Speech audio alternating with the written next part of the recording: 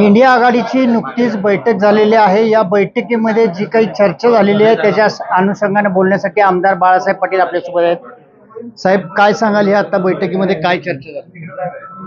आज सातारा लोकसभा मतदारसंघामधल्या सर्व इंडिया आघाडीच्या घटक पक्षांची बैठक झाली आणि त्यामध्ये प्रामुख्यानं येत्या 15 तारखेला आपले उमेदवार आमदार शशिकांत शिंदे साहेब यांचा उमेदवार अर्ज दाखल करण्यात येणार आहे। त्याच्या अनुषंगानं नियोजनाच्या बाबतीमध्ये बैठक झाली आणि प्रत्येकाने आपली मतं त्या ठिकाणी व्यक्त केली। बऱ्याच कालावधीनंतर आपण जर पाहिलं तर जिल्ह्यामध्ये सर्व विरोधी पक्ष हे एकत्र येत आहेत आणि देशामध्ये आज जे चित्र चाललंय त्या चित्राच्या विरुद्ध त्या ठिकाणी इंडिया आघाडी सक्षमपणे उभी राहते।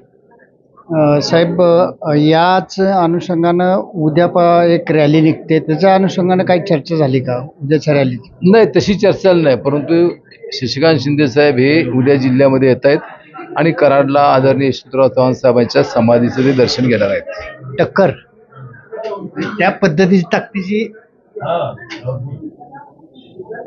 या जिल्ह्यामध्ये एक प्रथा आणि परंपरा आहे की कोणतीही निवडणूक उमेदवार अर्ज भरत असताना किंवा विजय झाल्यानंतर आम्ही कराडकर हे यशवंतराव चव्हाण साहेबांच्या समाधीचं दर्शन घेतो आणि त्यामागे हीच भूमिका आहे।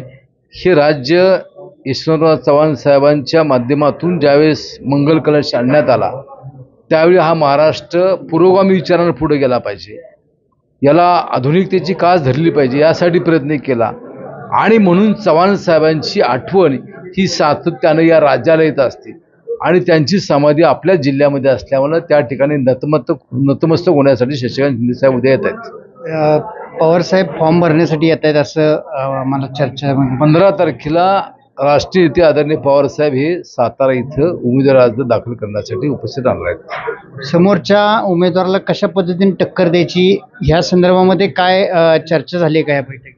स्ट्रॅटेजी आहे का? मुळामध्ये इंडिया आघाडीच्या सर्व घटक पक्षांनी एकंदर लोकसभेच्या निवडणुकीच्या अनुषंगाने चर्चा केली आणि त्याच्या नियोजनाची चर्चाही प्रामुख्याने या ठिकाणी करण्यात आली। धन्यवाद। धन्यवाद सर। याच अनुषंगाने जी काही त्यांनी माहिती सांगितली आहे ती महत्त्वाची आहे। मात्र जो काही फॉर्म शशिकांत शिंदे यांचा भरणार आहे तो भरताना स्वतः शरद पवार साताऱ्यामध्ये दाखल झालेले असतील असं त्यांनी सांगितलं आहे। राहुल तपासे, एबीपी माझा, सातारा। एबीपी माझा, उघडा डोळे बघा नीट।